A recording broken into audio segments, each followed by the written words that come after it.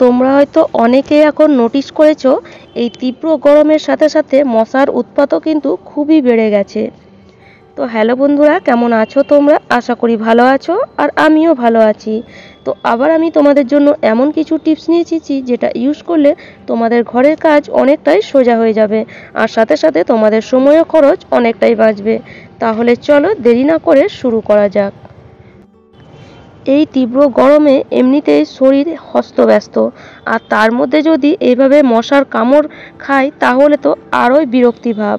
আর এই মশার কামড় খেয়ে আমাদের শরীরে কিন্তু নানান রকম রোগের সৃষ্টি হয়।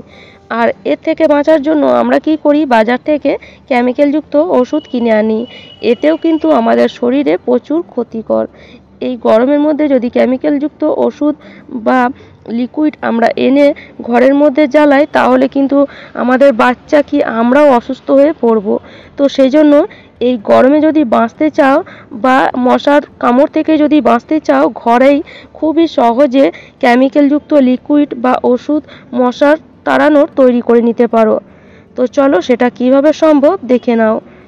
তো এর জন্য আমি এখানে নিয়েছি নিম পাতা। আর এই নিম পাতার যে একটা তীব্র গন্ধ বা উগ্র গন্ধ, সেটা কিন্তু মশা একদমই সহ্য করতে পারে না। আর এই নিম পাতা তোমরা তোমাদের ঘরে বা বাড়ির আশেপাশে যে কোনো জায়গায় খুব সহজেই পেয়ে যাবে। তো প্রথমেই আমি নিম পাতাগুলো ভালো করে ধুয়ে নিয়েছি। আর এই নিম পাতাগুলো আমি একটা আলাদা বড় জায়গার মধ্যে এইভাবে মানে কাঠি থেকে বের করে আলাদা করে নিচ্ছি।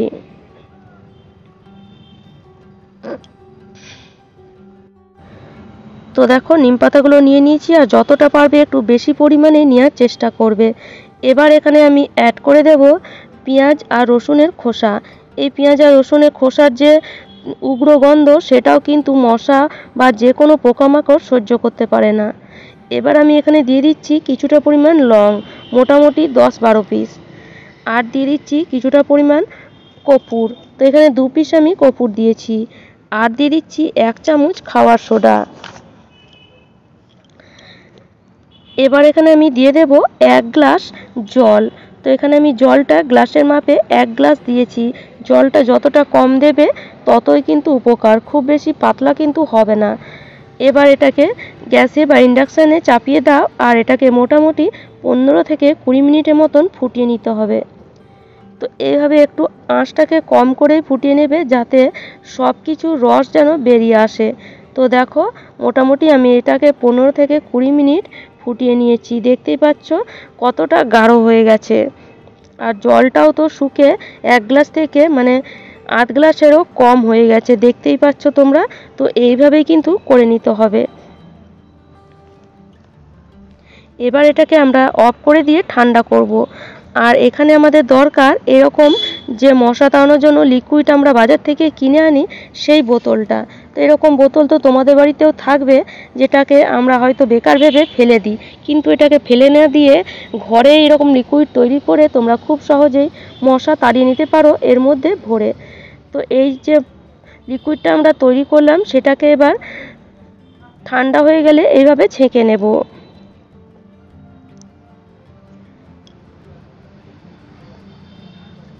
তো একটা জায়গার মধ্যে এইভাবে ছেঁকে নিয়েছি। এবার এই যে লিকুইডটা, এবার এটাকে এই বোতলের মধ্যে ঢেলে দেব। যতটা আসে ততটাই এখানে ঢেলে নিতে হবে। এবার এই যে এর ঢাকনাটা, এটাকে এইভাবে লাগিয়ে দিতে হবে। যেভাবে আমরা বাজার থেকে লিকুইড কিনে আনি মশা তাড়ানোর জন্য, ঠিক সেইভাবেই কিন্তু এই লিকুইডটাও কাজ দেবে। এর যে উগ্র গন্ধ সেটা পুরো ঘরে ছড়াবে, আর এতে কিন্তু মশা মাছি বা যে কোনো পোকামাকড় কিন্তু চলে যাবে। এবার যে লিকুইডটা আমাদের বেঁচে আছে সেগুলোকে আমরা এইভাবে যে কোনো স্প্রে বোতলে ঢেলে নেব।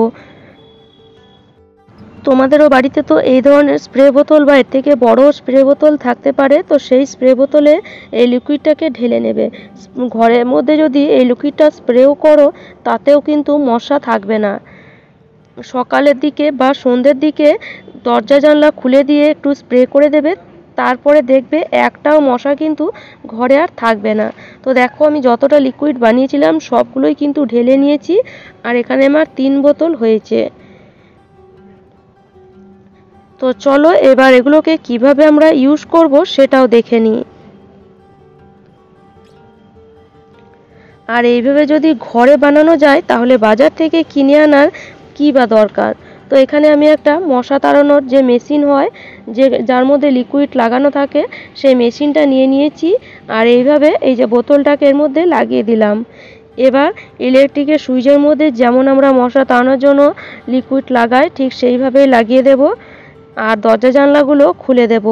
এতে মশা মাছি একদমই কিন্তু চলে যাবে। মশা কি মাছি টিকটিকি সেগুলো কিন্তু দেখবে এই যে এর যে উগ্র গন্ধ, এখানে যে আমরা দিয়েছি পেঁয়াজ, রসুন, নিমপাতা, তোমার লং, তার যে গন্ধ, সেই গন্ধতে কিন্তু একদমই কোনো কিছুই থাকবে না। যে কোনো পোকামাকড়ের গন্ধ কিন্তু সহ্য করতে পারে না। তো এভাবে এটাকে বেডরুমে তোমরা লাগিয়ে দিতে পারো সন্ধেবেলায়। এবার যে স্প্রে বোতলে আমরা লিকুইডটা ঢেলেছিলাম সেই স্প্রে বোতলে এইভাবে রান্নাঘরের কোনায় কোনায় যদি স্প্রে করে দাও তাহলে মশা কিন্তু একটাও থাকবে না। সন্ধেবেলায় এইভাবে রান্নাঘরে, ফ্রিজের কোনায়, মানে যে কোনো রান্নাঘরের কোনায় বা দেওয়ালের মধ্যে এইভাবে স্প্রে করে দিও। দেখবে মশা কিন্তু একদমই থাকবে না। ঘরে যে কোনায় মশা থাকুক না কেন এর গন্ধে বেরিয়ে আসবে আর ঘর থেকে একদম বাইরে 10 মাইল দূরে পালিয়ে যাবে।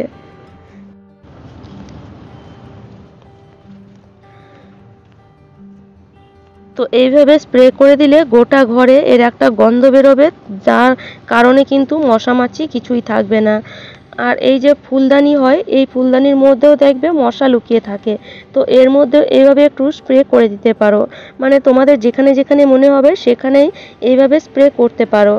আর এই যে বেসিনের মধ্যেও দেখবে, মানে বেসিনের নিচেও দেখবে অনেক মানে মশা থাকে, যেগুলো আমরা রান্নাঘরে কাজ করতে গেলে আমাদের পায়ে কামড়ায়, বা এইখানে দেখবে অনেক পোকামাকড়ও বেরিয়ে আসে এই বেসিনের ফুটো দিয়ে। তো এইভাবে যদি স্প্রে করে দাও তাহলে মশাও আসবে না আর যে কোনো পোকামাকড়ও কিন্তু এখান থেকে আর বেরিয়ে আসবে না। এর গন্ধে কিন্তু সবই পালিয়ে যাবে বা মরে যাবে।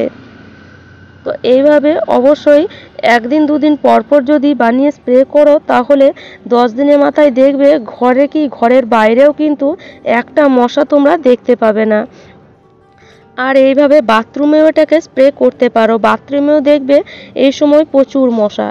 সকালে যখন আমরা বাথরুম যাই দেখবে মশার কামড়ে মানে আমরা ঠিকঠাক বসতেও পারি না।